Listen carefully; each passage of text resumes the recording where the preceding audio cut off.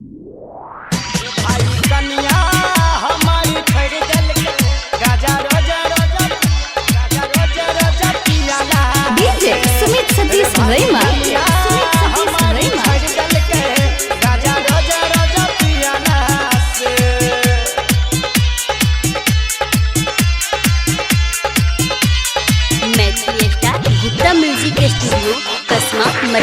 भाई कनिया हमर छोड़ दल के गाजा रोज रोज पियाला से।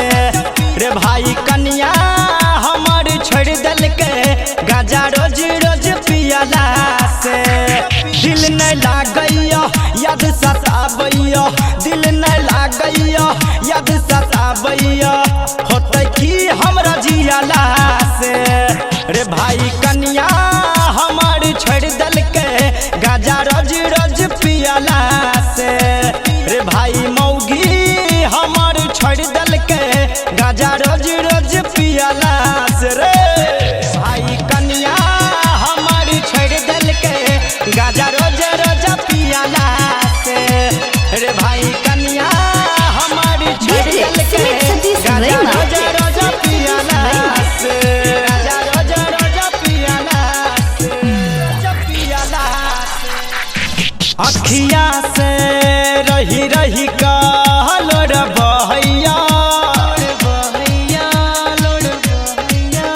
अखिया से रही रही कहलोर बहैया।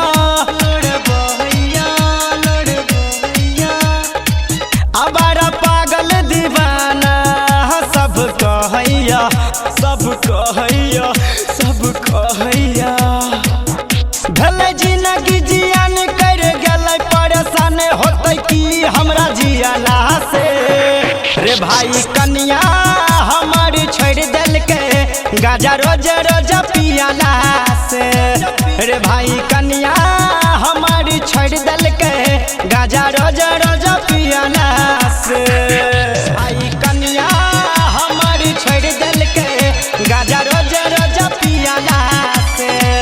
रे भाई कनिया हमारी छोड़ दल के गाजा रोज रोज पियाला से।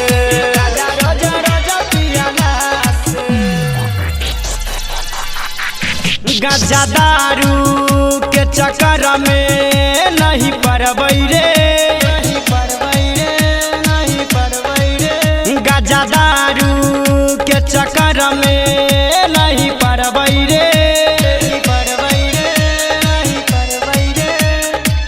माफी मांगे के मौगी से प्यार करबै रे, प्यार करबै रे, प्यार करबै रे।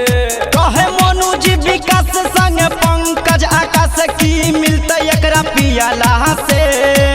रे भाई कनिया हमर छोड़ दल के गाजा रोज रोज पियाला से।